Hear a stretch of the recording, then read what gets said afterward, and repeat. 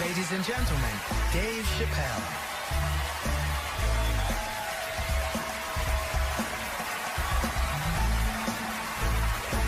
Thank you. Oh boy, I'm very nervous. No pressure. During the Civil Rights Movement, I can't read what's on the teleprompter. Some about black America and white America. There's black Americans and there's white Americans. We're all one America. So if you don't mind, this is not live, is it? I imagine whatever I say, you could just edit it out. Let's try it a few ways. Lou, are you in the booth? I am. All right, good. You know what, Lou? Let's just play around with it and see if we can get it right and get this clip package on, and then let me go home, all right? You got it. All right. Ready. All right, count me in. 5, 4, 3, 2, 1. Wu-Tang. I'm just with you, Lou. Let's do it again. We're going to do it again. We'll get it right. Here we go, Dave. 5, 4, 3, 2. You know, when I was a comedian starting out in Washington, D.C., right here in this city, 1988, I'll never forget this. It was a comedy club owner that banned profanity from his comedy club. He said it offended his audience, and this was a cause of major concern for all the comedians in the circuit. And we all called a meeting, and we had the owners come, and it was the club owners, and it was the comedians. It was the classic labor dispute. The club owners laid out their case. There cannot be profanity in these clubs because that offends people. And there's a comedian who's still a good friend of mine to this day. He lives right here in Washington, D.C. He stood up and he said, he's black, I should tell you because it's important to the story. He says, I use profanity because I live a profane lifestyle. He says, I don't have an insect infestation in my house. I have roaches.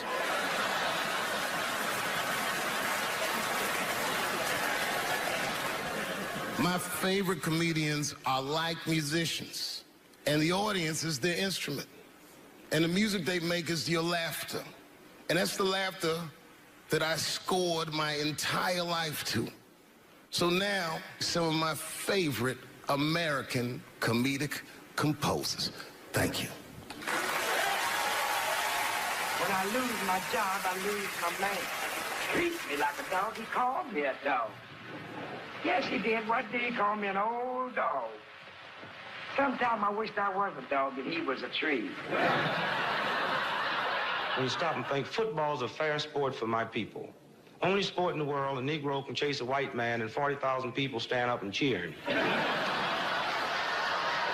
See, in my neighborhood, the kids have a kind of a dubious reaction to that whole Santa Claus concept. They just don't believe that a white man will ride a reindeer through Harlem after midnight. In truth, white friend, it's you that all look alike. But look at the black people around you. We're all different colors. Black walnut, burnt almond, chocolate mocha, pecan, vanilla, yellow, mellow, light, bright, and damn near white. We come from the first people on the earth. You know, the first people on the earth were black people. We the first people had thought, right? We was the first one to say, where am I? And how do you get to Detroit? I think maybe like 30 years ago, there was a woman that wanted to sing, and a black lady that sang opera that wanted to sing. What was her name? Mary Anderson. And this place was like segregated, and they couldn't sing here. And here we are, like not even 50 years later, a 22-year-old black man on stage getting paid to hold his. God bless America. I gotta go now. Y'all take it easy. Bye-bye.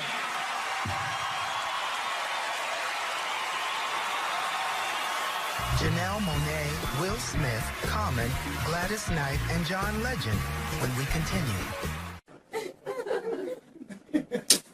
Yeah, man. You ladies are right. To be honest with you, your lives look terrifying to me. They do, man. I know nothing about being a woman, but I know fear. Yo, I used to live in New York when I was 17. And I couldn't even pay my bills. You know what I did to make money? I used to do shows for drug dealers that wanted to clean their money up. And one time I did a real good set, and these motherfuckers called me in the back room. They gave me $25,000 in cash. It's probably 18 or 19 years old. I'm scared. I thanked them profusely. I put that money in my backpack. I jumped on the subway and started heading towards Brooklyn at 1 o'clock in the morning. Never been that terrified in my life. Because I never in my life had something that somebody else would want. I thought to myself, Jesus Christ, if motherfuckers knew how much money I had in this backpack, they'd kill me for it. Then I thought, holy shit. What if I had a pussy on me all the time?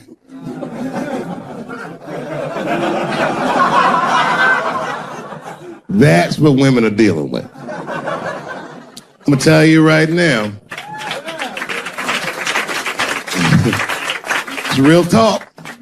If them same drug dealers gave me a pussy and said, put this in your backpack and take it to Brooklyn, I'd be like, nigga, I can't accept this.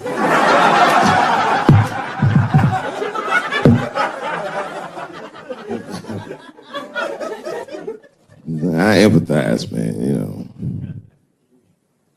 Everybody gets mad because I say these jokes. But you understand that this is the best time to say them. More now than ever. And I know there's some comedians in the back. Motherfucker, you have a responsibility to speak recklessly. Otherwise. New York Times said that Louis C.K. jizzed on his own stomach. You know, I've busted a lot of nuts in my day. None of them were newsworthy. Shit was really gross. Because they didn't just say it like I said it. They didn't just say jizz on the stomach. They said it in that fucking Pulitzer Prize winning style that the New York Times has. It was very descriptive. Like, you know what I mean? Louis C.K.'s semen shot out like a volcano of misogyny, slowly drizzling down like lava, covering his freckled penis as it slowly dripped to a fiery crown of red hair. Jesus Christ, I'm trying to eat some huevos rancheros and these niggas is...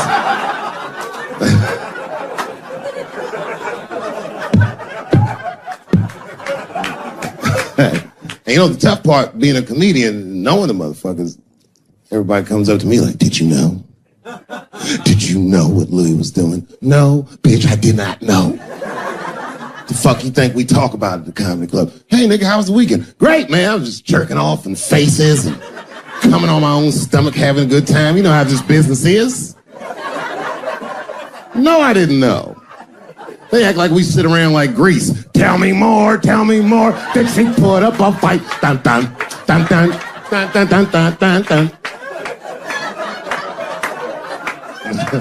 Sorry, I don't know the choreography, but you get the point. You get the point. She was intense. But Louis was like the turning point. I mean, you know, all these allegations are terrible. Louis was the only... I shouldn't say this, but fuck it. His allegation was the only one that made me, like, laugh. Well, if you think about it, because all his friends is reading it, and he's jerking off, and he's surprising people. He's surprising me.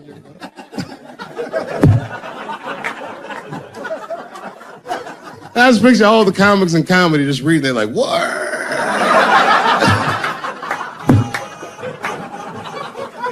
It's terrible. I know it's terrible. I'm sorry, ladies. You're right. You are right.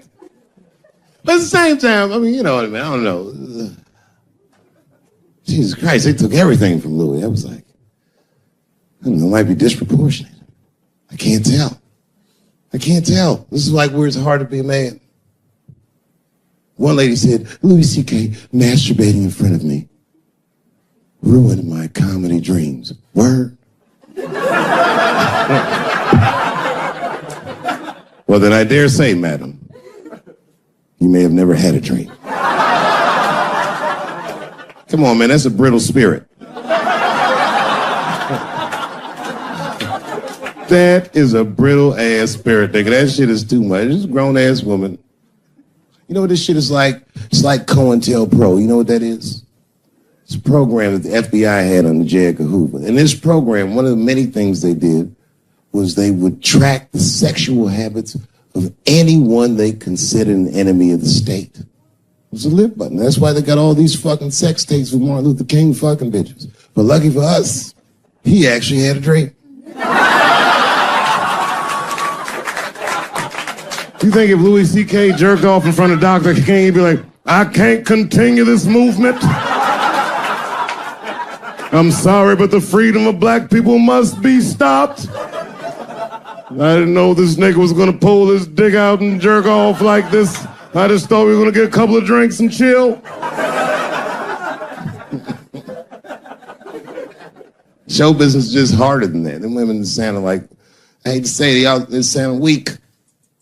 I know it sounds fucked up, I'm not supposed to say that, but one of these ladies was like, Louis C.K. was masturbating while I was on the phone with him.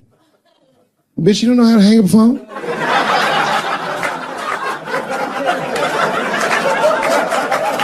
How the fuck are you going to survive in show business if this is an actual obstacle to your dreams? I know Louis is wrong, ma'am. I'm just saying I'm held to a higher standard of accountability than these women are. Don't forget who I am. Don't forget what I am. I am a black dude.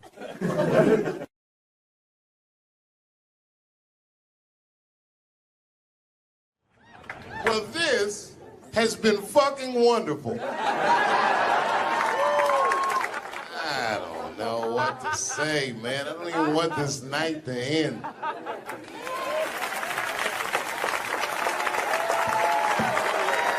I promise you, whoever cares the most, I care at least as much as them. I know what I got, because I lost it all. I gotta tell you something, and I don't talk about it often. Have you ever worked all your life for something and have it not work out? That happened to me. It was tough. Think about it. I was gone for 12 years. It's not a little bit of time. It was hell. I watched other niggas that I knew become very famous. I watched the world go on without me. I mourned the loss of it.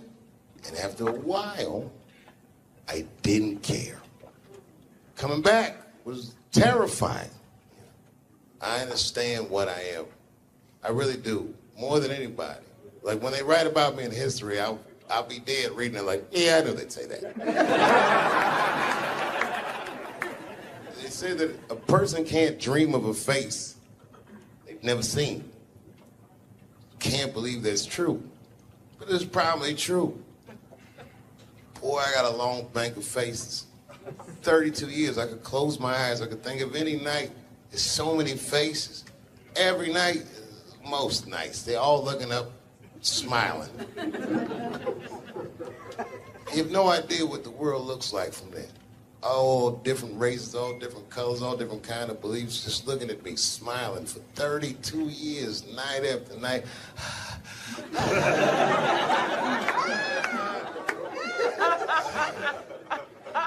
No comedian take that for granted. I swear to God, this might be the noblest of professions. Robin Williams had a bar that I loved. He said comedy is the only job you can have where you can use everything you know. And that's true. You can use more than you know. You can use what you think. Use it. Don't be afraid. Don't let these bitch-ass niggas button your lip. Say it anyway.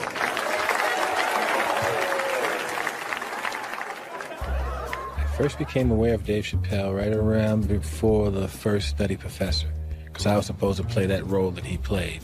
And then I kind of saw him, and I was like, hey, that guy, right, that kid would be funny playing that role. I try to be peaceful, but now it's time for Reggie to karate-size your ass. Woo!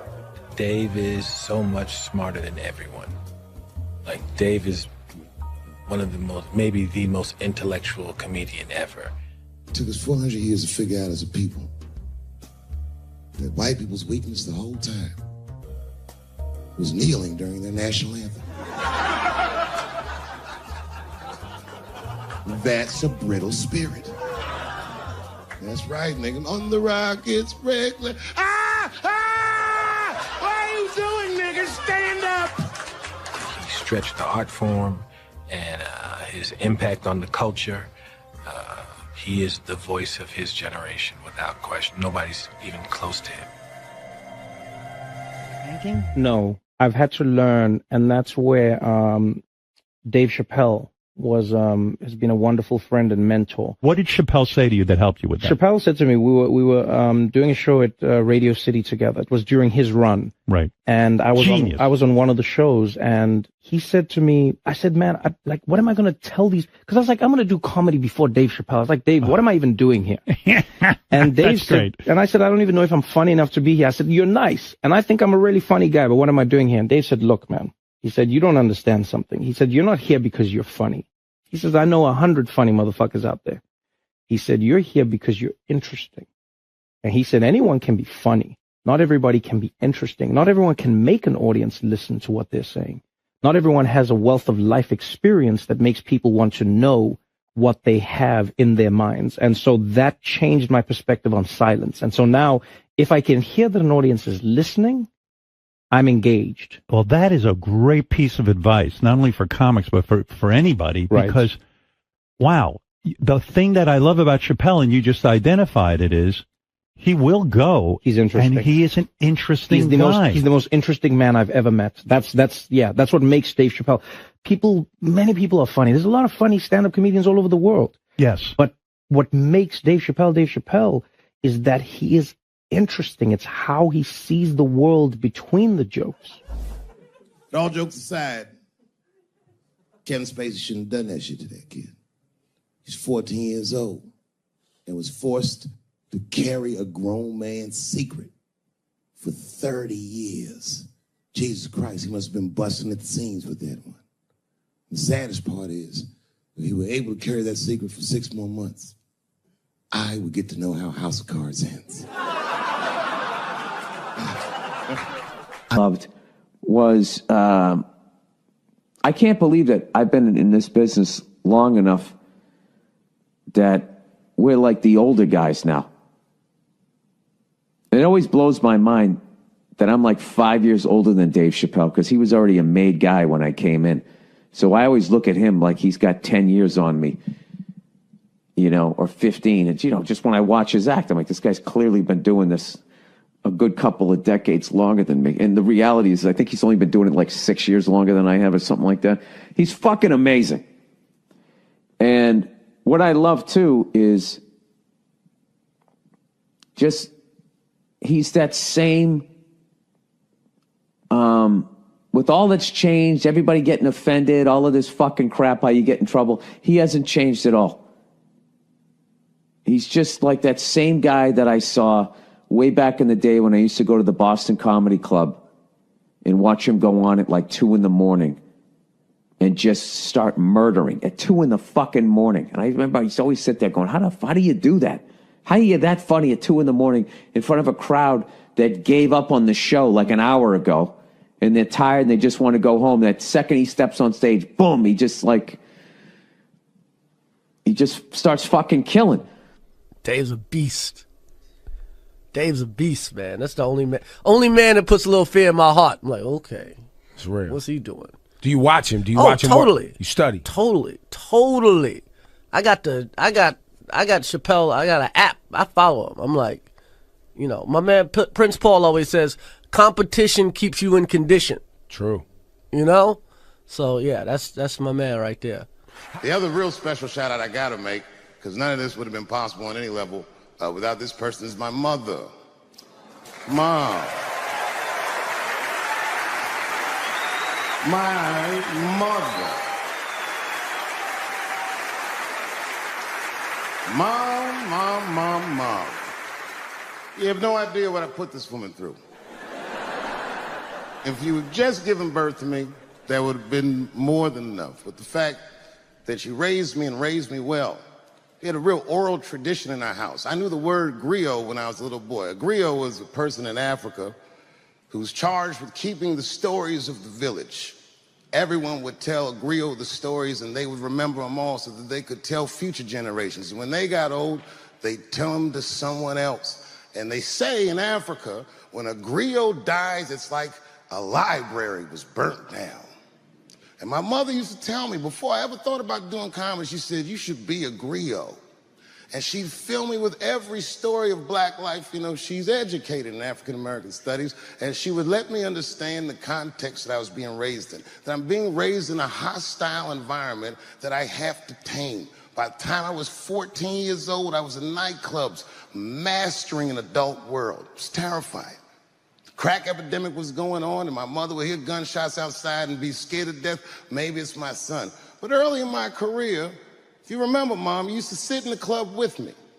She'd do a full day of work. You'd be back there falling asleep, just waiting for me to go on. She would watch my show every night. Do you know how long that car ride is home?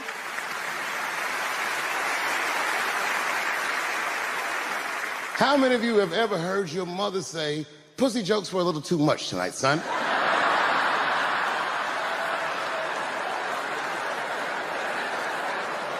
I was a soft kid. I was sensitive, I'd cry easy, and I would be scared to fist fight. And my mother used to tell me this thing, I don't even know if you remember, but you said this to me more than once. You said, son, sometimes you have to be a lion so you can be the lamb you really are. I talk this shit like a lion. I'm not afraid of any of you. When it comes word to word, I will gab with the best of them, just so I can chill and be me. And that's why I love my art form, because I understand every practitioner of it. Whether I agree with them or not, I know where they're coming from. They want to be heard. They got something to say. There's something they notice. They just want to be understood. Love this genre. It saved my life.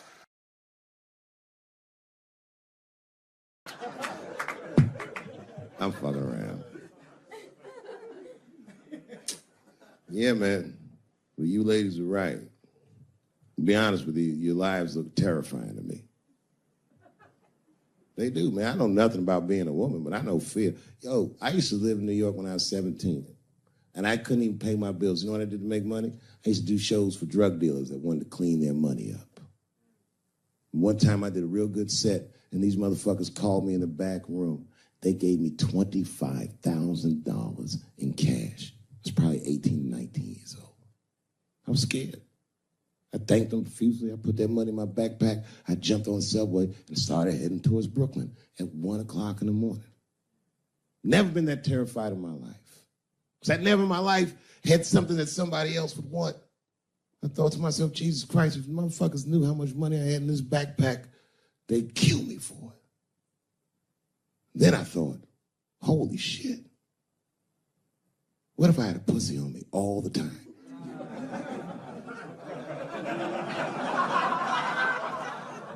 That's what women are dealing with. I'm gonna tell you right now, it's real talk. If them same drug dealers gave me a pussy and said, put this in your backpack and take it to Brooklyn, I'd be like, nigga, I can't accept this.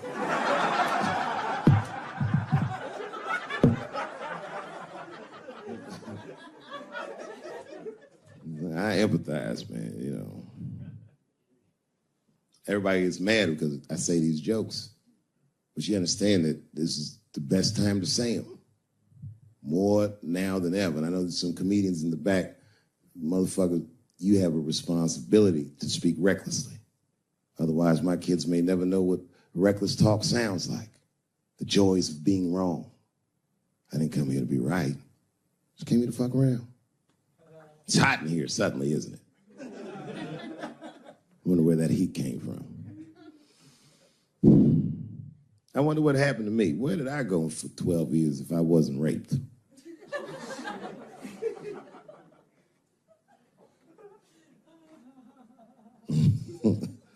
Maybe there's something else going on. Maybe these rapes aren't even the worst of it. Wouldn't that be something? Wouldn't that be something?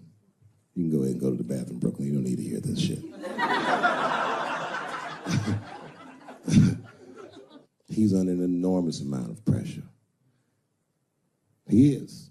Just being big and black with that hairdo, nigga, motherfuckers. a suspect for everything.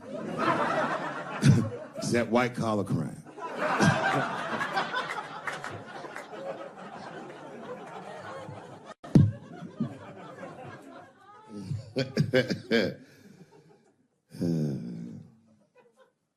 Sometimes I wouldn't talk about where I went, but y'all don't even want to know. I was gone for a long time, nigga. I was in the upside down.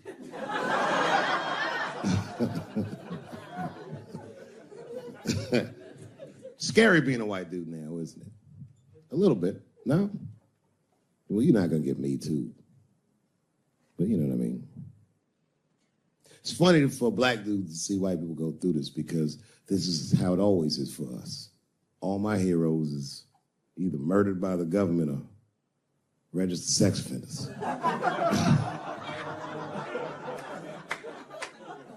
Sad, I know, man.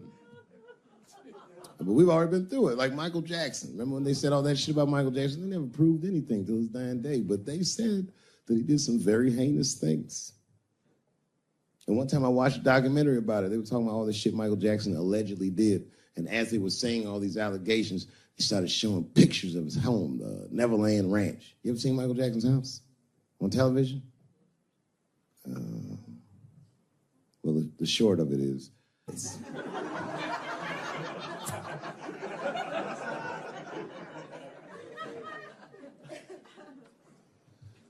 and I saw the whole thing, exotic animals and Ferris wheels and merry-go-rounds and shit. And the more they showed it, the more certain I was that I don't think Michael Jackson did any of those things they said he did. His house didn't look sexual. It looked like he was flossing on those motherfuckers. It didn't look like he was trying to fuck kids. It looked like he's just trying to impress them. Like, this nigga's Jay-Z for kids. Like, he's just walking through his house. This is my cotton candy machine. It makes 3 tons of cotton candy a day. You know, all the cotton candy you want. This closet is filled with nothing but custom-made karate slippers. Isn't that cool? Shall I have my monkey bring us more cupcakes? Hey guys, let's watch a movie. What movie do you want to see? Home Alone. Oh, no, don't touch the DVD player. Macaulay Culkin's here, he can act it out. Come on, Macaulay. Act out Home Alone for my guests. Hey, mister. This is fantastic, man. We had you all wrong. All wrong? What? I don't understand. What do you mean? Huh? Oh, well, you know, man, we thought it was going to be the usual. Like, you're going to have us come over and give us some wine cooler and, you know, suck our dicks. What? Suck your dick? You faggot-ass kids. Why trying to suck your dick, nigga? I was trying to show you a better life. Bubbles, get these kids the fuck out of my house. You're just like everyone else. Hollywood is no place for moral absolutism. You know what I mean? We must never forget that R. Kelly peed on a 15-year-old girl. And he also wrote, I Believe I Can Fly. Same guy, same lifetime. If I showed you that video of him peeing on that girl and scored it to I Believe I Can Fly, he'd be torn. I used to think that I could not go on if I can see it.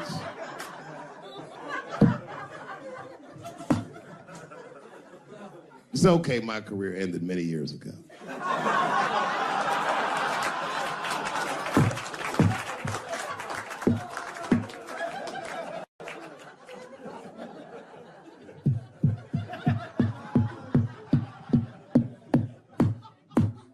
Order. No, I'm terrible. I'm sorry, everybody. I'm sorry. You want to know what happened to me? Nah.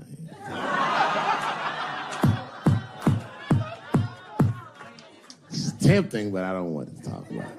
Maybe at the end, when I run out of things to talk about. I'm almost there. I'm just trying to tell you what happened to me was I just didn't have a good go of it. I don't know what you guys think happens when you quit a successful show like this. I'll tell you what doesn't happen. They don't go, hey, well, good luck with your future endeavors. That's not what happens. It was cold out there. For real, I had to watch it all go down without me. I had to watch all those people do my show, Key and Peele, and Amy Schumer, and Mind and Mencia. Well, I'm not going to say they were doing my show. I'm just saying they were bad. And people would come up to me on the street and be like, yo, nigga, just every once in a while. Most people thought I was crazy, but sometimes people come, yo, nigga, you did the right thing, man. You my hero. Nigga, I don't want to be your hero. I want to be rich.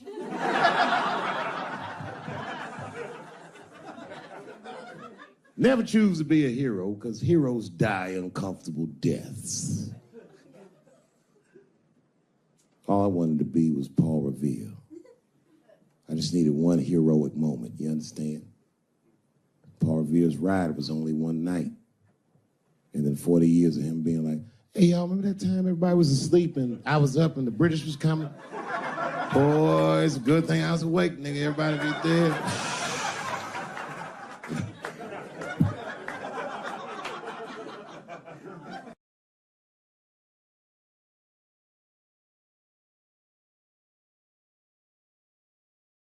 Generation Washingtonian.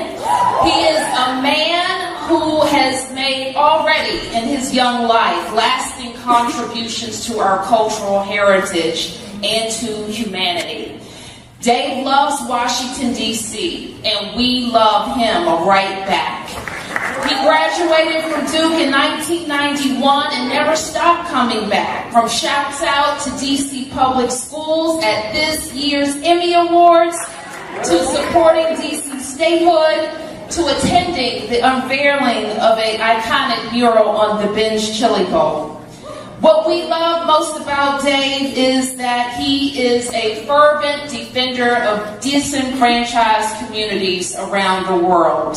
He's a husband, a father, and he is committed to doing things his way, the Dave Chappelle way, the brash, clever, in-your-face way, and always speaking up for Washington, D.C. Chappelle has long advocated for D.C. public schools, and we were so proud that he helped D.C. public schools trend at the Emmy Awards all across the world. He told people what we already know. Our commitment to public education is unmatched, and our children's talent is even greater. We say to the world that it's obviously D.C. public schools when we're talking about standing up and speaking up for success. Let me just say a bit about the honor I'm about to bestow. The key to the city is the highest honor an individual can receive from our nation's capital. And I am very stingy with them, I gotta tell you. To keep the honor special, it is rarely given. It symbolizes the freedom of the recipient to enter and leave the city at will as a trusted friend to D.C. residents. And as Mayor of Washington, D.C., it is my privilege to present a key to the city to a D.C. Public Schools alum, an Emmy Award winner, in recognition of his outstanding comedic craft, artistic merit, promotion of D.C. values, and overall perseverance. Ladies and gentlemen, Dave Chappelle.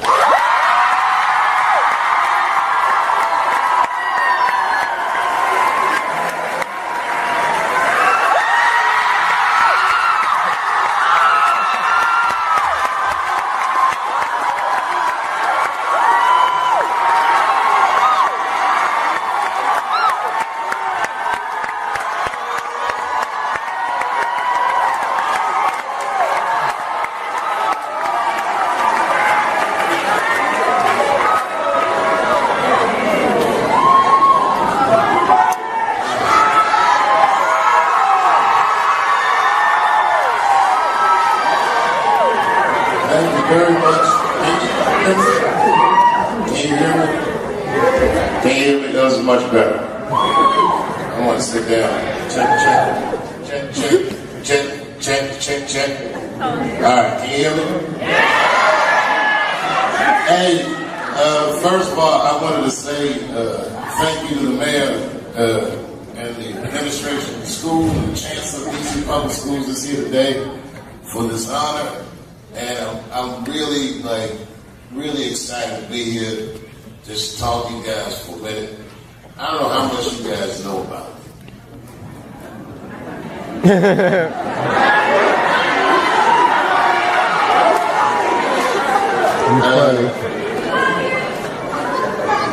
I came to Ellington school year 87, 88. Like a lot of you guys, I had to audition to get in. It's a story I tell because my audition was terrible. I didn't prepare. And at the end of my audition, to make a great question of the theater department, they asked me this.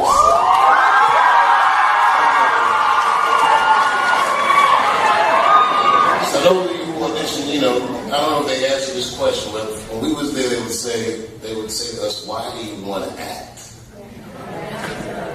And I remember I said to the theater department teachers, I said, I don't want to act.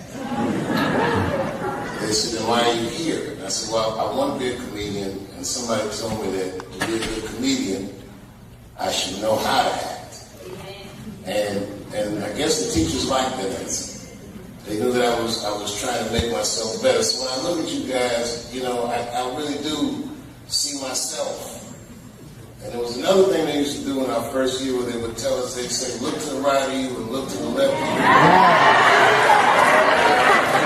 And they would talk about all the people that wouldn't make it through 4 years. And not everybody did. But I want you guys to look to the right of you and I want you to look to the left. I want you to take a good look at each other. And I want you to know something that I learned by the time I'm 44. What I learned is that a lot of these people in this room will be your friends for the rest of your life. Amen. And when you see somebody from Ellington out there in the world, it means a lot. And that high school seems like a long time, but it's only 4 years. And you only have to pay attention in your life 2 or 3 times. Just 2 or 3 times. My kids is all the time. I got kids your age. I tell them, yo, you don't have to be awake all the time, but like 3 or 4 times in your life, just pay attention. And I tell my son, I say, look around this beautiful house. I said, everything in this house we're enjoying is based off of decisions I made when I was younger than you. Right now, you guys are making your future. And this is a very important time in your life. And you guys got to be kind to each other. You guys got to help each other get through this time so you'll be successful. And success is not just money, monetary success or stature, but success is your character. Like you have an opportunity to make yourself into a very unique individual because you're a trained artist in whatever your discipline is. A lot of times, high school is it's a mean social hierarchy for most people. And I hear people talk about the schools they went to and the football teams and all. We didn't have any of that stuff. But what we had was so much more unique and so much more different than any high school experience I've ever heard of. And when I walk in this building today, it's clear to me that you guys I hope you never take this for granted. Like $170 million is a lot of money. And that's what they spent on you guys, on your future. And the money symbolizes a very rare opportunity to cultivate talent that God gave you. And I hope that you take advantage of it. If you don't, but if you do, I also want to tell you one last thing. I never went to college. I did my entire professional career based off the education that I received here at Duke Ellington. And I must tell you that I was wildly prepared. That when we went to school from 8:30 to 5, I'm not gonna lie to you, I hated school. I didn't understand what was happening, but years later when I had my own television show and I was working 16-hour days, it felt easy to me. Because I had school days longer than that. And at least on a television show, I was the boss. Here, I just had to do what everybody told me.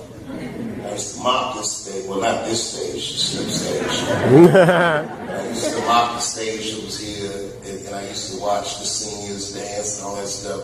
And it inspired me and made me want to do better. And we all pushed each other in a real friendly and loving way. And even today, friends of mine from Ellington. And I also want to take a quick moment to just remind you guys that being a school teacher is a thankless job. You know, kids are, you know, they just take things for granted when they're there. When I got older and I realized how hard the teachers at the school work on our behalf to keep us safe and to teach us what they know, I hope that you just take a moment at some point in your life to thank them. Because we spend so many hours at this school, they're almost like surrogate parents to us. And they're very influential people in my life. And I didn't realize that, of course, until years later. And when I see them, it makes me feel safe again and happy again, and just remember so many good things that they all did for me. And that Peggy did for us.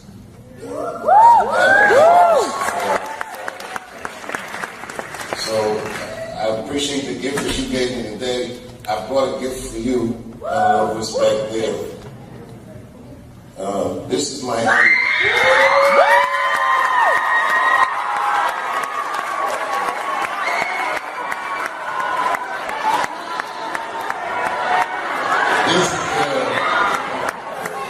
This is a trophy, but it represents years of hard work.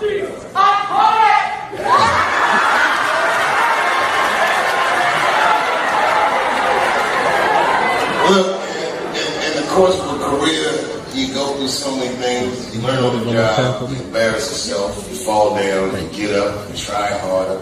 Quit my show, people said I'd never work again. I got up, I tried harder. I still do my heart almost every day. I still think about my heart every day. And I want you guys to have this just so you know that even though the odds are wildly against it, this can happen for you. And you guys so this is the people's name. And every once in a while, let's take a look at it and just know that I started earning this Emmy at this school. Yeah, man. And it's yours now, man. I love you guys. I support you guys. Thank you, guys. Thank you to my teachers. And go back. Thank you.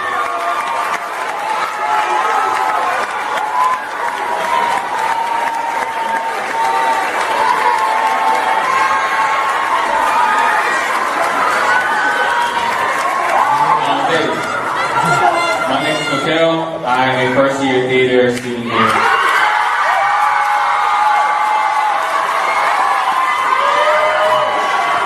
And on behalf of all of the Duke Ellington School of the Arts, we want to thank you for the path that you set, for the trail that you blazed for us to follow. 1, 2, 3, 4, 5, 6, 7, 8.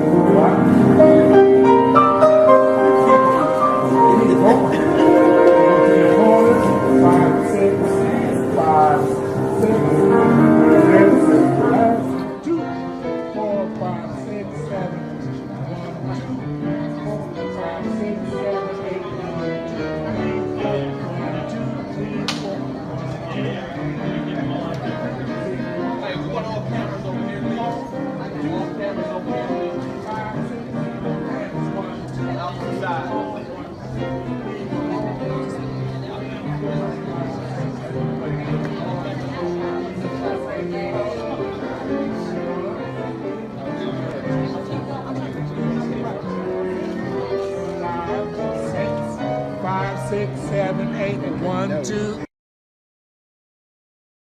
1, 2, 5, 6, 7. 1, 2, 4, 5, 6, 8, 2, 1, 2, 1, 2, 1, 3, 5, 6, 7, 1, 3, 5, 6, 7, 8. Thank you very much.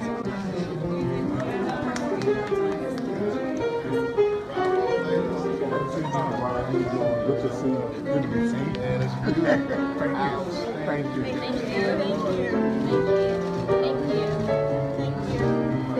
you. Okay, let's see your step. Get your stuff.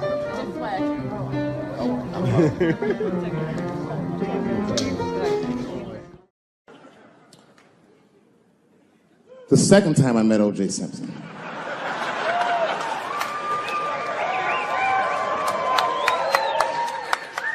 was right after the trial of the century. There I was, now a young man of probably 23. O.J. Simpson was the most famous or infamous face on planet Earth. I was in a restaurant in Beverly Hills with my agents. I wasn't alone in the restaurant, but I was alone. I was the only black person in the restaurant. And in the 90s, that felt very uncomfortable. Now I tend to enjoy it at this age.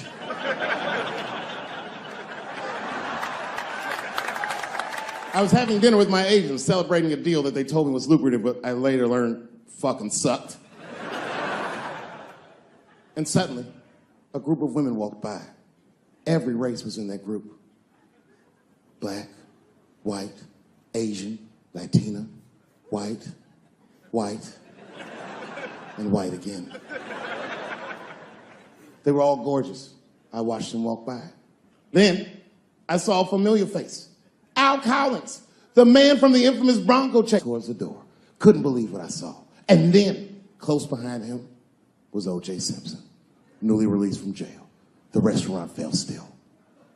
I was shocked. I didn't mean to say it out loud, but it just came out. O.J. He stopped, turned around to see who said it, saw my black face, and correctly assumed it was me.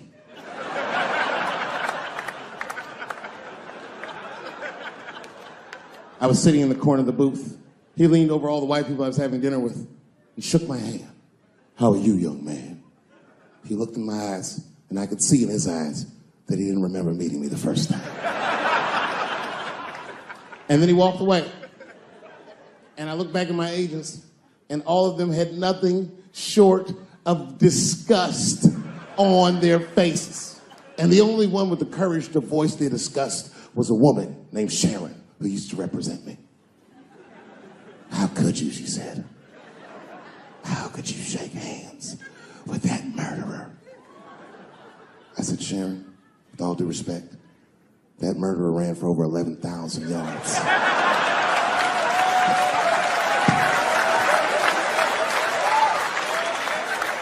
And his glove didn't fit.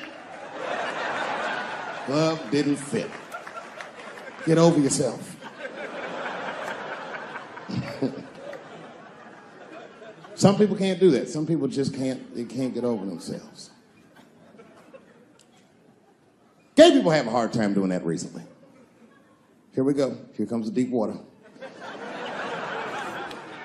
No, recently I've noticed that. I noticed it with that Manny Pacquiao controversy. Yeah, no, it was now in the gay community's defense. Manny Pacquiao said some outlandish shit about gay people. Very, very not nice things that I won't repeat, but there was biblical verses and some analogies to animals. Wasn't a good look. Nike took his shoes immediately, which I thought was a little harsh. A little harsh. You know what I mean?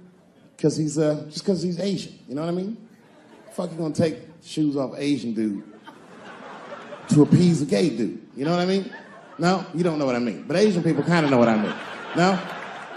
No Asians in the front? No? No, this is what I mean. Okay, look. Okay, you're an Asian dude. No, I say this with no disrespect. But we're all Americans, right? And we can agree that America has a huge body count all over the world. But nowhere more than Asia Literally, if you look at history, recently, we have bombed the masculinity out of an entire continent. We dropped 2 atomic bombs on fucking Japan, and they've been drawing Hello Kitty and shit ever since. There's a lot of lady boys in the wake of our bombs. And I know these things because my wife is Asian. She's Filipino. All right, well, okay, so that explains it. Now you know why you see me at all those Filipino events. I'm not there picking up pussy, I'm dropping some off.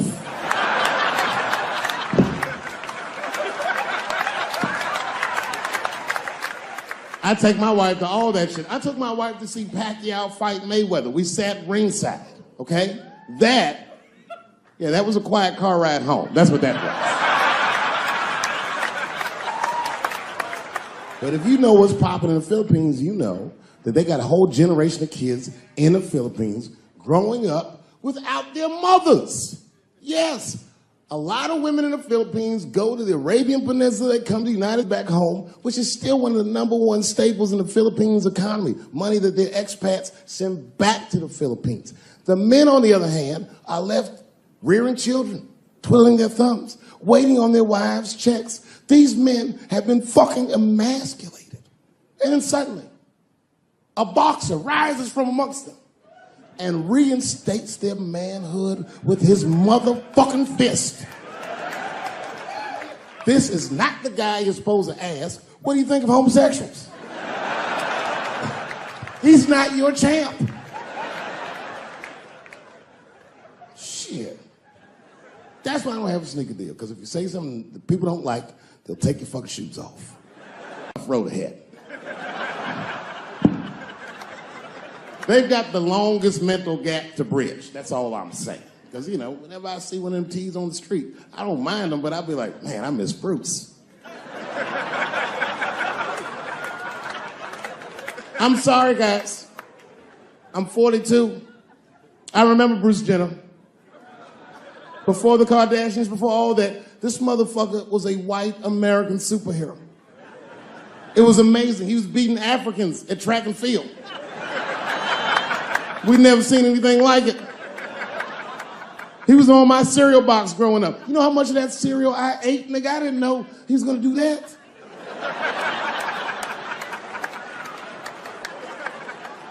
I knew before you guys knew. I heard things on the street in Hollywood. You know, you just be out, see people. Hey, what's up, Kanye? Why the long face? Nigga, you'll see. Got 2 mother-in-laws now. And when I heard he was gonna do it, I was scared. I didn't think the public was ready. I didn't think the media was ready. And you know what? I was wrong. Never seen anything like it. Welcome to the world, Caitlin. So long, Bruce. Hello. Somebody called me a nigga in traffic last Wednesday. It's so long, it takes a minute.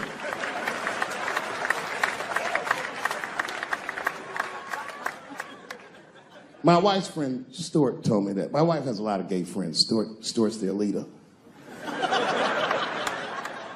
She has a lot of gay friends. And I don't like them.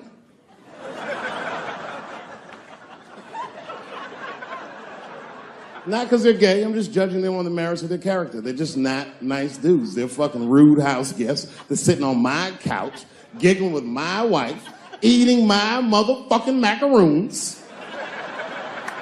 And I come in, they act like the party's over. Hey, Stuart, what's going on? This guy talks to me the way a cat would speak if a cat could talk.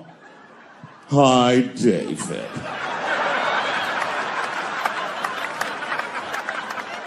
Stuart, what's all the beef, man? What's going on? He always wants to have some kind of gay political argument. The last one was about a petition in federal court to take the words husband and wife out of the law. I said, well, why would you want those words out the law? He said, because it discriminates against same-sex couples. I was like, niggas, please save me the semantics. Just trust me, take your chips and get the fuck out of the casino. You're by the side, talk that over amongst yourselves, and whichever one of you is gayer, that's the wife.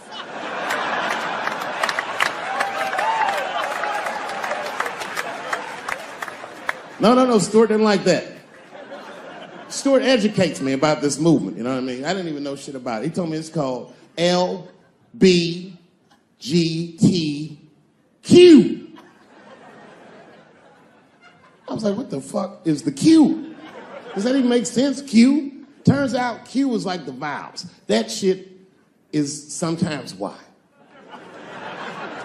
It's for gay dudes that don't really know they're gay. You know what I mean? Like prison fags who are like, well, I'm not gay, nigga. I'm just sucking these dicks to pass the time. I'm not G, I'm Q. Ugh.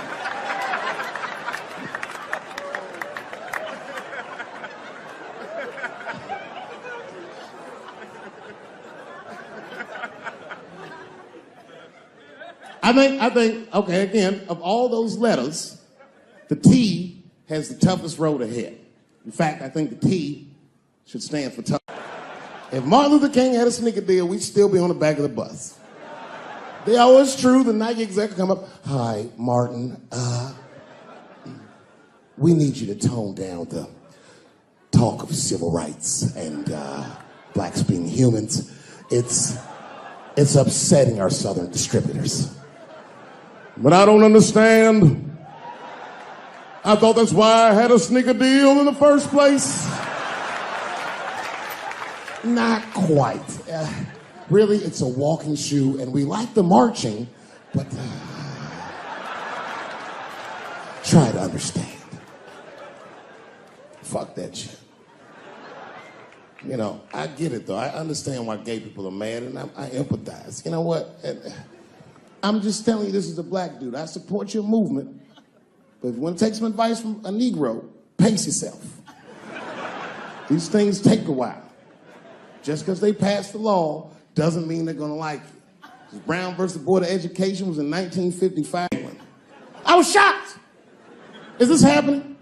Wait a minute. Is this a time in American history where an American can make a decision for themselves, and even though other Americans don't understand it, they'll support it and let this person live a happy life? Is this what's happening? If it is, then good for America.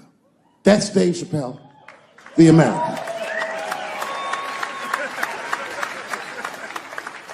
Although Dave Chappelle, the black American,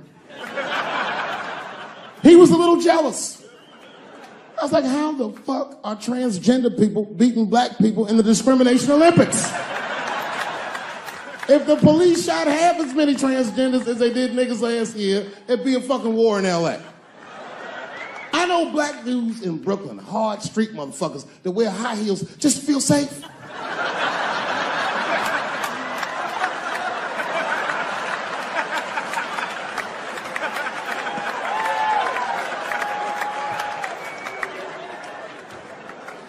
Transgenders are gangsters.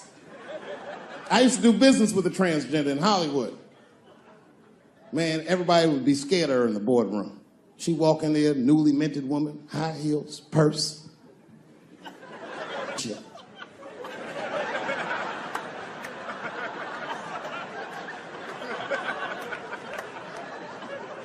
And then she walked to the head of the conference table, stare at us all, reach in her purse and pull her old dick out and throw it on the table. Let's talk business, gentlemen. Ah!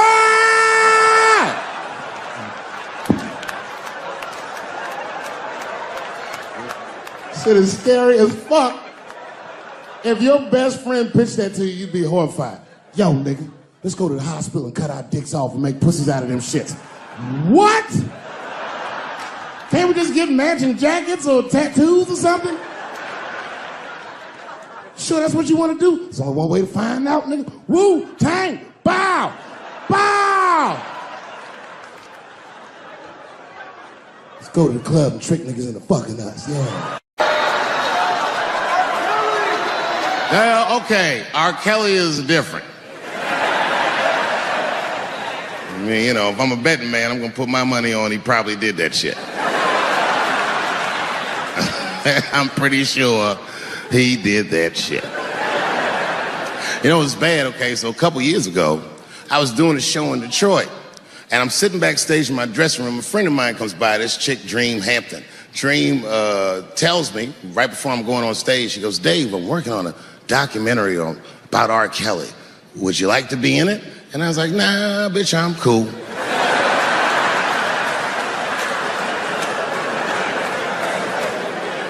I went on stage, I just forgot about the shit. And then 2 years later, the documentary comes out, Surviving R. Kelly. And when it comes out, Dream's promoting the shit, and she keeps bringing me up. She said, I asked Dave Chappelle to be in my documentary, and he said it was too hot for TV. Bitch, I did not say that. It does not even sound like how I talk. Oh, that's too hot for TV? I would never say that shit.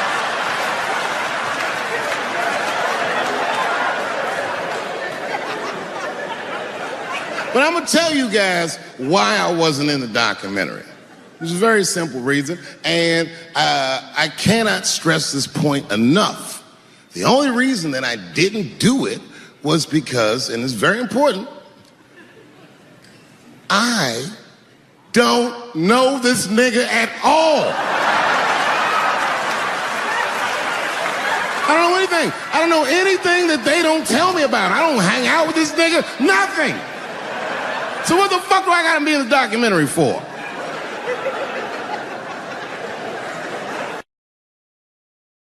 This guy, R. Kelly, got another sex tape out now.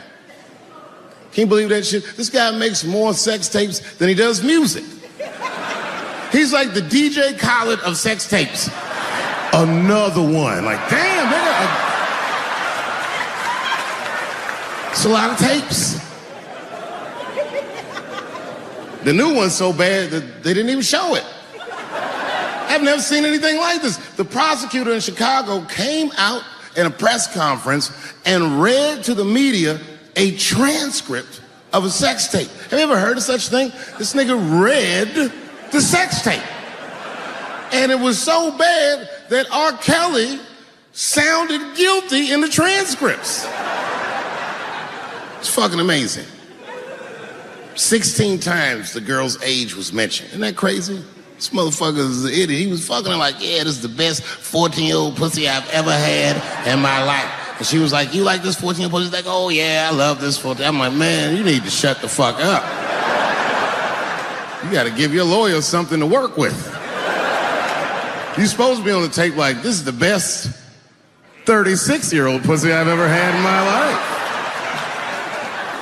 And then your lawyer gonna be like, Your Honor, clearly my client thought that this woman was 36, as he mentioned some 16 times in the tape. They gonna know you lying though, you know what I mean? Everybody knows no such thing as good 36-year-old pussy.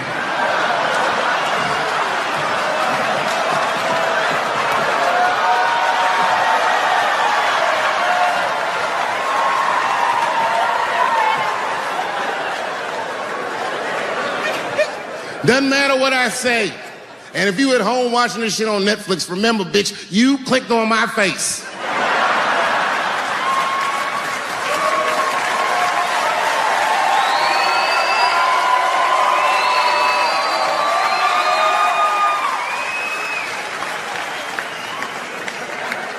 Celebrity hunting season.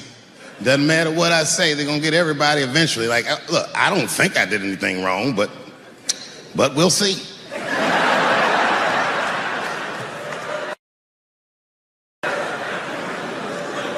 They even got poor Kevin Hart. Can you imagine such a thing? Kevin Hart, let me tell you something. It was Kevin Hart's dream to host the Oscars. That's what he told me. And I remember when he told me, because I was thinking to myself, well, it's an awfully strange dream for an African American.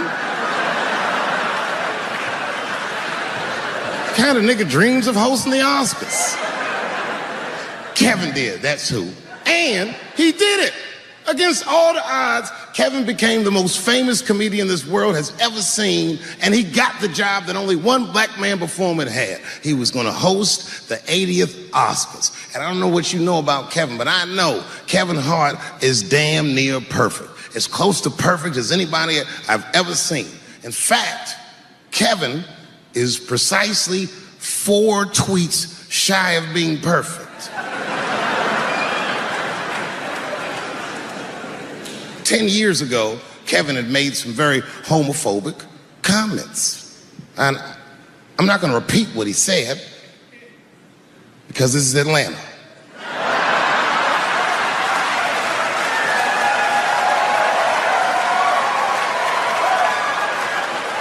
You know what I mean.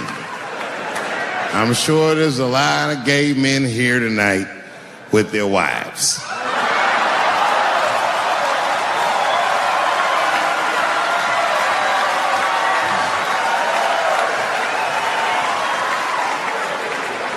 Far be it from me to offend anybody.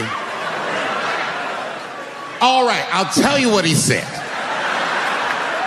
But just remember, these were not my words. These were Kevin's words.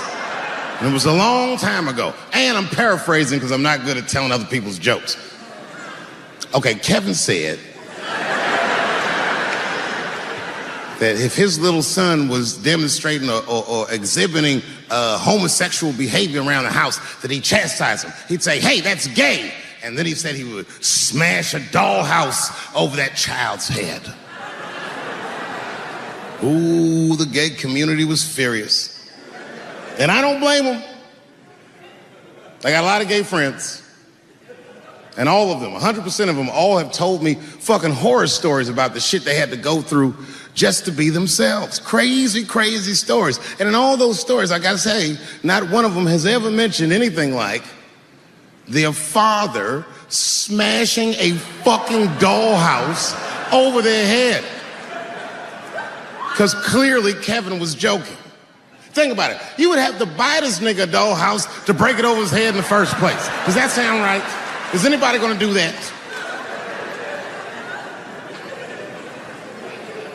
The gay community was upset, and then they put so much pressure on the Academy of Motion Pictures and Sciences that they went to Kevin and said, if you don't apologize to that community, then you cannot host these Oscars. And then Kevin said, fuck it, I quit.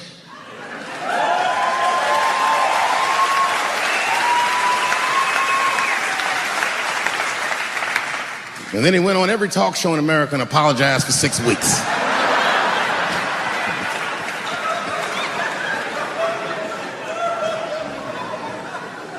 And Kevin fucked up.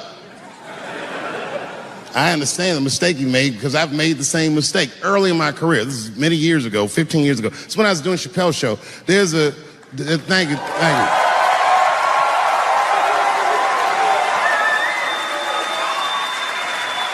On network television, they have a department that's called Standards and Practices. This is the department that tells you what you can and cannot say on television. And if you're doing your job well, you should never hear from them. But if you're making a Chappelle show, you'll hear from these motherfuckers all the time. And remember, this is 15 years ago. I made a mistake. I didn't even know I had done anything wrong. I had written a sketch that had the word faggot in it.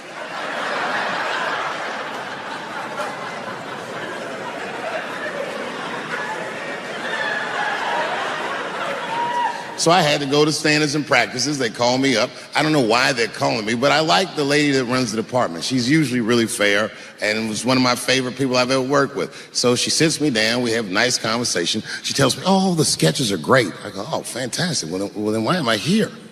She said, because, David, there's no way that you can ever say the word faggot on our network. I didn't know I did anything wrong. I didn't try to defend myself. I said, all right, fuck it, I'll take it out. Have a good afternoon. And as I was leaving, it occurred to me, hey, Renee, quick question. It's just a question. Seriously, I want to know, like, why is it that I can say the word nigger with impunity?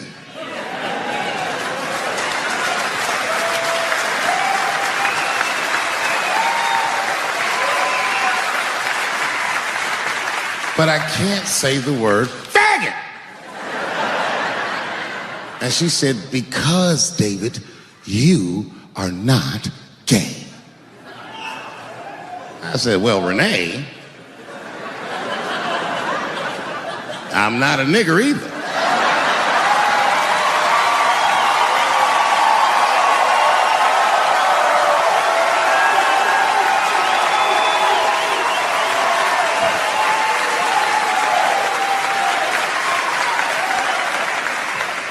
But you see, what I didn't realize at the time and what Kevin had to learn the hard way is we were breaking an unwritten and unspoken rule of show business. And if I say it, you'll know that I'm telling you the truth. The rule is that no matter what you do in your artistic expression, you are never, ever allowed to upset the alphabet people.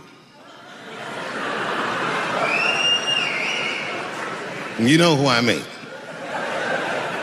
Those people that took 20% of the alphabet for themselves. I'd say the letters, but I don't want to conjure their anger. It's too late now. I'm talking about them L's and them B's and them G's and the T's. People be surprised. I have friends, all kinds of letters. Everybody loves me, and I love everybody.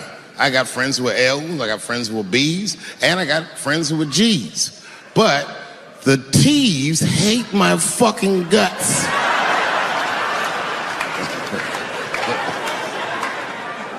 And I don't blame them. It's not their fault, it's mine. I can't stop telling jokes about these things. I don't want to write these jokes, but I just can't stop. Dave Chappelle is here. His sketch comedy show has been called the funniest half hour on television. Elvis Mitchell of the New York Times says Dave Chappelle isn't content just to play the race card. He shuffles the entire deck. Here is a look at a sketch from Chappelle's show. Some people just know black people, right? Yeah, I'm serious. They got like gut instincts. Some people know black people. But who are those people? We don't know. So we got some people, and we put them to the test. Now, what you're about to see is absolutely real. These are real people. This is not actors. This is the real deal. Give it up for my new game show. I know black people. Are you ready? I'm ready. How can black people rise up and overcome? How can they rise up and overcome? Well, can they? That is correct. Reparations. That is acceptable. This is a rap lyric? No, I'm sorry. Oh, this is a general question. Actual question. All right. There's a complex answer there. That is correct. Staying alive. That is correct. That is correct. Well, stop cutting each other's throat. That also is correct. How can black people rise up and overcome? Get out and vote? That is incorrect. I'm pleased to welcome Dave Chappelle to this table for the first time. Welcome. Thank you, Charlie. Good to be here, Great man. to be here, man. I'm telling you. I have met your extraordinary family outside. Thank you. This high, this high, this high. Yeah. Yeah. The wife, the 2 sons. Who would have known that a guy with a show like this would be a father? There you go. And a good one, I bet. Yeah, I'm involved. Now, is home, where do you live? Oh, I live in Ohio. Right. I'm a resident of Ohio. Do you actually sleep there? Well, like 6 months out of a year. Yeah. Ideally, I'll come here, I'll do the show. Right. And then I'm going on tour later tonight. Right. Check your local comedy listings. And then I'm gonna go home, man. I like to go back to the farm. It's one of those things like even Superman has a place in the North Pole where he can relax and be himself. Right. And it is good for me and my family. To have that place. In contrast to what I do, it's just kind of sane and normal. Yeah. You say that your material is more cultural than political. I'd say so. Yeah. Absolutely. What does that mean to you? Well, I mean, look, we live in a country that is incredibly culturally diverse, more so than racially diverse. You know, you could look at even in white culture, there's so many subcultures, so many different cultures that might not even interact, even though they're all the same race. Black culture is the same. Tupac doesn't hang out with the Huxtables or whatever. Right. But you know, they never knew each other at all. But you gotta bridge the gaps, man. So there was within one race, but very different cultures. Right. One was the hip hop community. One was sort of suburban. Right, and even upper middle class. Right, and even within partisan politics, there's people who I'm sure represent different subcultures within America. And I think that the comedy we do, more so than political, just deals with how these things in pop culture are absorbed by these subcultures. Yeah.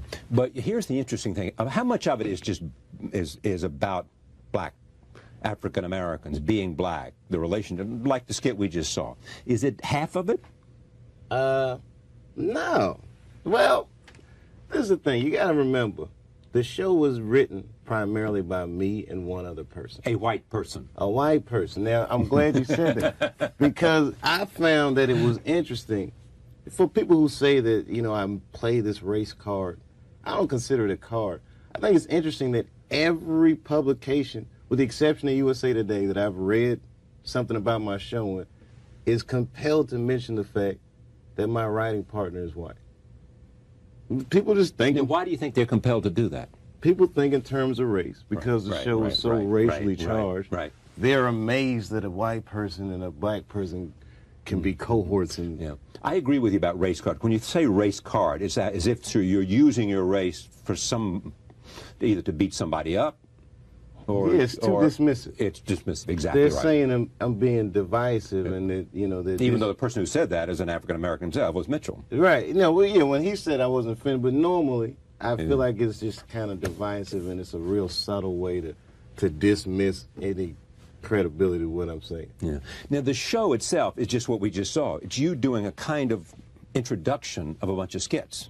Right. Now the thing is, originally the show was always supposed to be a real personal show. Yeah. Which is one of the reasons why there's primarily 2 people writing it. Right. Because you can't hire 12 people and be like a personal story. Right. It'll lose the voice. Exactly. And last year we were establishing a voice. Then the fact that I don't want to read through a stack of papers and try to figure out who's going to be the funniest guy on paper.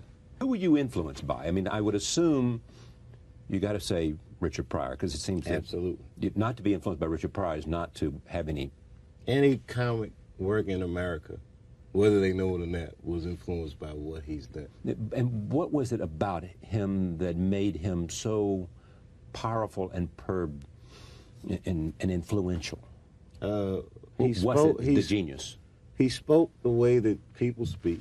He took a very specific set of circumstances and conveyed them so that people who didn't even live those circumstances could understand what he was talking about. Because he had such a human element to his work. Yeah. He changed the way that comedians engage their audience, the way they pace the stage. He brought a lot of things to comedy. He's kind of like Coltrane for comedy, like the last innovator. Yeah. He would go up and down the stage, all the way across the stage. He wouldn't just stand there. Right, and he had that thing where if you watch his show, you felt like he was talking directly to you. Yeah. Even if there was 1,000 or 2,000 people in the room with you. He just, the way he engaged an audience just was very intimate, no matter how big the venue. Yeah, as far as I'm concerned, they can't honor him enough. Take a look at this. This is a frontline parody from our own PBS. Here it is. Clayton Bigsby. He was the only Negro we'd ever had around here. So we figured we'd make it easier on Clayton by just telling him and all the other blind kids that he was white. And he never questioned it. Why would he?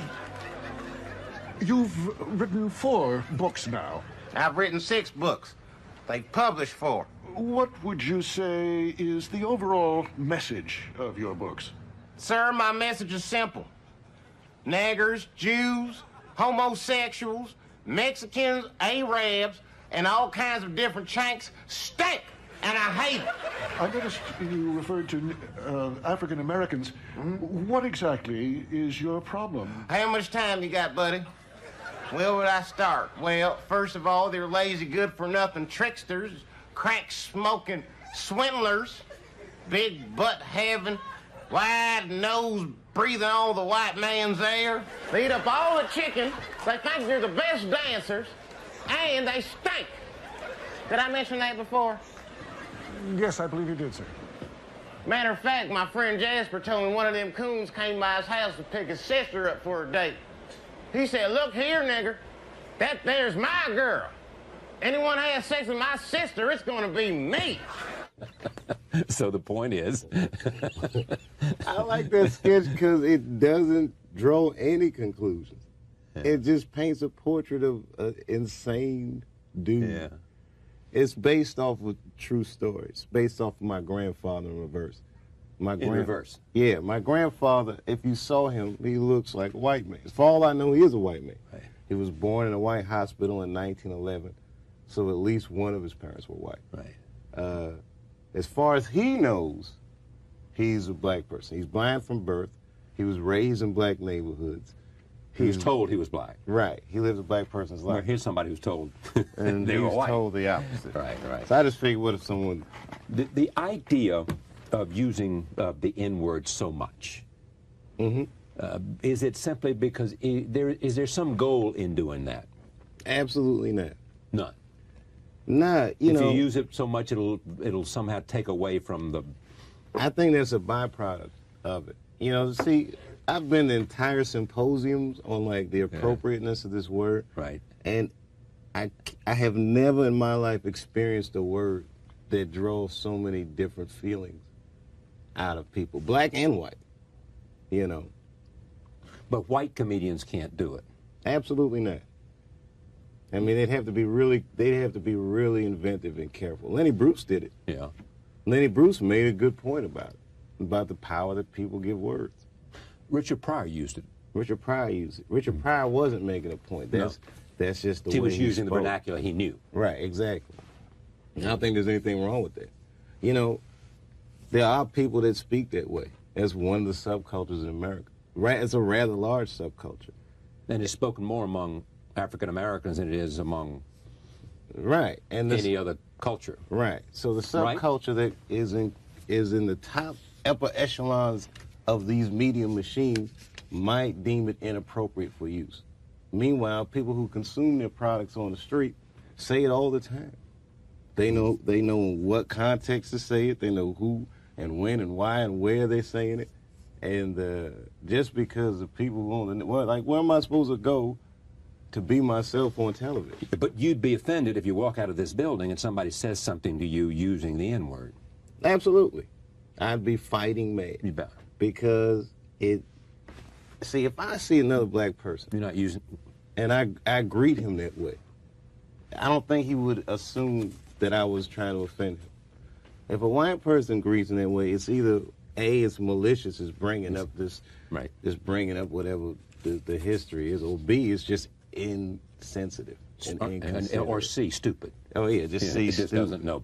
Right. Yeah. There are a few white people out there, I'm sure, black friends, that say that with their black friends with no consequence. But that's in the confines of their own personal friendships. Right, exactly. All right, take a look at this. This is a sketch that examines what it would be like if a white Ozzie and Harriet family had an unusual last name.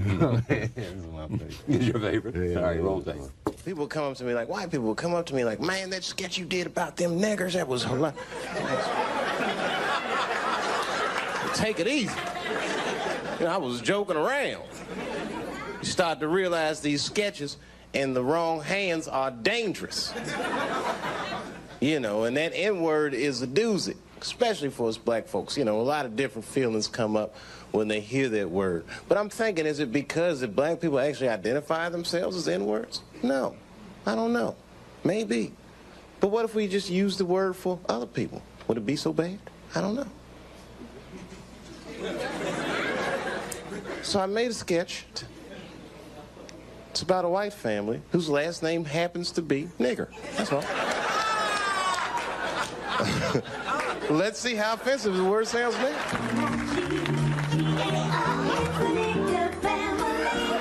Morning, niggas. Why, it's Clifton, our colored milk man. And it's my favorite family to deliver milk to. The niggers. Something sure smells good. You niggas cooking? We sure are. There's some leftover bacon if you'd like some. Ooh, none for me. I know better than to get between a nigga and their pork. I get my fingers bit. Here you go. I hate to bother you about this, but, well, you didn't pay your bill last week. And I know how forgetful you niggas are when it comes to paying bills. Golly, Clifton, it slipped my mind. Here you go. Sorry about that. Oh, nigga, please. Nigga, please. And one of your favorites. I love this sketch. You started performing when you were 14? Yeah. I started real young. It was one of these things where When I was 14, there was an article about Bill Cosby in Time magazine, and I was writing a book report on him. And in reading about the guy, I realized that being funny was a marketable skill. Like, I realized this guy came from nowhere. Yeah. And he was like a billionaire. Yeah, exactly. Just from telling jokes. Yeah. That's what I'm going to do. It was one of those things. And I just never stopped. Well, but did you have a natural instinct for it, or did you simply say, you know, if I get in there early and I work my butt off, then I'll be okay? Comedians are born. There's some. Are they really born? Yeah. Now, there's some guys, look, I'm going to tell you like this. With the run the risk of sounding cocky, right. I have a natural ability for this that not every guy necessarily has. Some guys I see that are real funny that work tremendously hard to be that funny. Some guys literally can just talk funny. They have that X factor. It's a certain thing. You know, and a guy like Eddie Murphy, he might be one of the funniest dudes I've ever spoken to in casual conversation.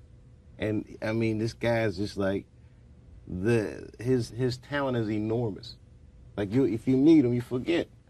Okay, you're one of the biggest grossing comedy stars of all times in the world.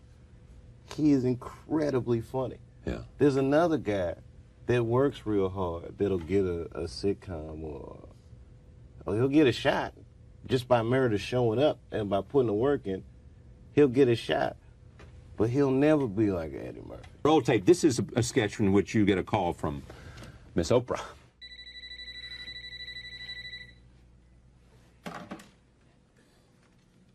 Hello? Dave, it's Oprah. Oh. Hey, what's up, girl?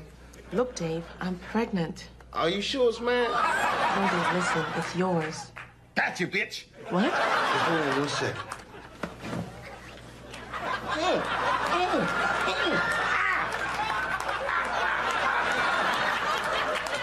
All right, look, over.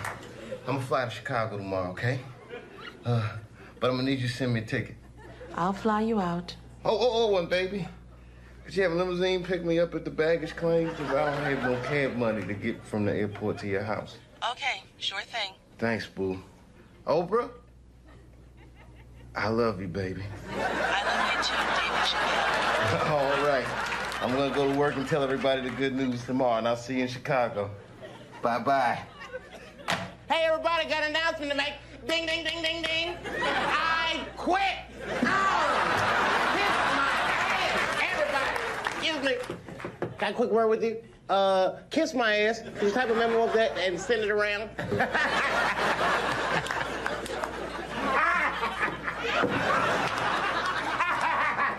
I quit. Dave, what's gotten into you? Oh, Sally, it's not what's gotten into me. It's what's gotten into Oprah. My seed, son. I'm rich, bitch. We know where the payoff is, don't we? Oh, yeah. I love that sketch, too. Yeah. Now, how long? You signed a new contract with Comedy Central? No, I'm done. You're done? I'm technically unemployed. It's one of those things, man. Weren't you doing well? It was doing great. They want to renegotiate. No, but why don't you want to renegotiate? Well, I got to take a minute. Like, I just put the show to bed last night. Yeah. And the way people like this show and what it's like to do a show like this, I don't think people would ever understand the amount of work that we put into it. That's why I appreciate my show, you know? And I hope that the big story from this is that I'm a guy that has done 11 television show pilots. Went out to Hollywood. Disney signed me up a few times. Universal signed me up. Done one for Fox. I've done one for this one, for that one. And they always liked me. They always like, yeah, Dave Chappelle, he's really funny. Maybe he's like an Archie Bunker type, or maybe we can do like Seinfeld with him, or maybe we can, a million ideas they had, none of which worked at all. At all. And the whole time, when I'm the guy, I would say, well, I have an idea about how I want to do this. And I was the last person they wanted to hear from. They would say things like, people watch television for regularity. So I was more from your school. I want a show that can be anything. Right. No, people don't like that. I know. Our research shows and blah, blah, blah, and blah, blah, blah. And then they finally, after all these years, I get an opportunity to do a show. And Comedy Central says, do what you want. And it was overwhelmingly successful. Overwhelmingly, like the best case scenario for what could have happened. We're the #1 show on the network. I go down the street and people are saying the stuff from the night before, right? You know, screaming it at me. And it was two guys who were virtually just not being used. Yeah, maybe you got to go to the source.